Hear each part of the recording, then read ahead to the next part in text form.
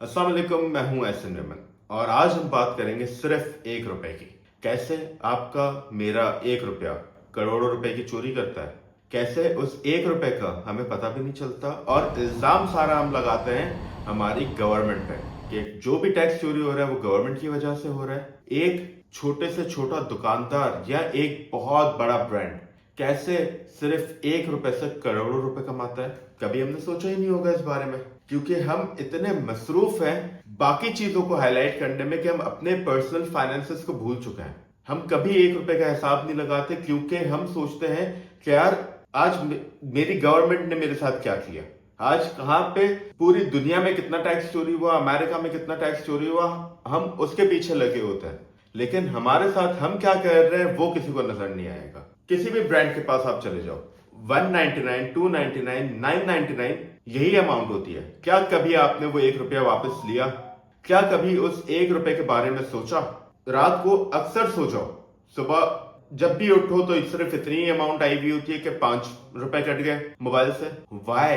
Petrol डलवाने जाओ 2,995 रुपए का, लेकिन अकाउंट से कटते हैं 3,000 रुपए।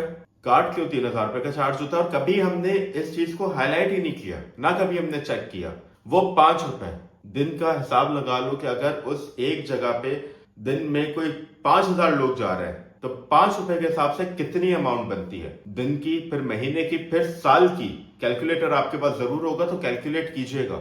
और यही 5 रुपए हम अपने अकाउंट से काट काट के, जो हमें लगता है कि बहुत कोई छोटी सी अमाउंट है, साल के एंड में उसका भी हिसाब कीजिएगा, यकीनन एक उम्रे का टिकट तो निकल ही आएगा। बट हम कभी भी इस चीज के बारे में जिक्र नहीं करते। हम किसी रेस्टोरेंट में खाने चले जाए, 10% सर्विस चार्जेस होता है प्लस जीएसटी, जीएसटी जो कि गवर्नमेंट का टैक्स है, बट 10% सर्विस चार्जेस हम किस चीज से पे कर रहे हैं। उसके अलावा अगर सर्विस चार्जेस हम ले लें कि टिप मिलती होगी वेटर्स को या उनका कोई शेयर होगा, उनको एक सैलरी में होगा, बट वो तो नहीं होता। टिप तो आप फिर भी अलग से दे के आते हो क्योंकि वेटर आपसे मांगता है कि सर मेरी टिप, और हम अगर 10,000 15,000 का बिल दे रहे हैं तो हमें पता भी नहीं चलेगा कि हम 1,000 1,200 रुपए उस पर टैक्स दे रहे हैं या सर्विस चार्जेस दे रहे हैं। कभी आपने बिल चेक किया?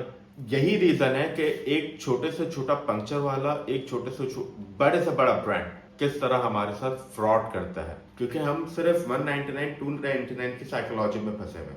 हम कभी ये सवाल ही नहीं उठाते। जब ट्रैफिक का टाइम हो, करीम और उबर के जो पैसे हैं वो 3x हो जाते हैं। क्यों? पीक आवर्स में पैसे डबल हो जाते हैं। यकीनन फ्यूल महंगा हो रहा होगा, फ्यूल ज्यादा लग रहा होगा, बट राइड है वो तो उसके अकॉर्डिंग ही होगी ना। कभी किसी ने इस बारे में बात नहीं की। तो ये चीजें होती हैं जो कि हमें फाइनेंस में मसला करती हैं। यही चीजें होती हैं जो कि हमारी जो पूरी हिस्ट्री, एक एक रुपए का हिसाब ना रखना। बैलेंस रिकॉर्ड में फाइनेंस के में कहते हैं कि 1,000 रुपए का हिसाब तो मिल जाता है लेकिन 1 रुपए का हिसाब कभी भी नहीं मिलता। तो यही चीज हमें क्लियर करनी है। इन फ्यूचर हमें अपने, जब पहले फाइनेंशियल कंडीशन हमें नहीं पता होगी तो हम मुल्क की फाइनेंशियल कंडीशन के बारे में क्या बात करेंगे। गवर्नमेंट जब भी रोड बना के जाए, अगले दिन कोई ना कोई केबल वाला, कोई ना कोई लाइट की तार लगाने वाला, कोई इवेंट है, कोई तंबू लगाने, कुछ करना है, रोड तो वो हम तोड़ते हैं ना दोबारा, लेकिन ब्लेम होता है सारा गवर्नमेंट के ऊपर। पहले खुद की सोच को बदलना होगा, तभी ये मुल्क बदलेगा। और ये सिर्फ हमारे साथ स्कैम नहीं है, ये जो 1 रुपए का हिसाब है ना किसी इनवॉइस में होता है, ना ही ये टैक्स में जमा होता है। पूरे मुल्क से अगर इतना बड़ा 1 रुपए का स्कैम हो रहा है तो सोचो हमारे मुल्क के लिए, ये टैक्स के लिए कितना बड़ा नुकसान है। अगर मेरी बात से इत्तेफाक करते हो और इन स्कैम्स पे बिलीव करते हो तो नीचे कमेंट में जरूर बताना, ताकि आप और मैं मिलके इस चीज को बदल सकें।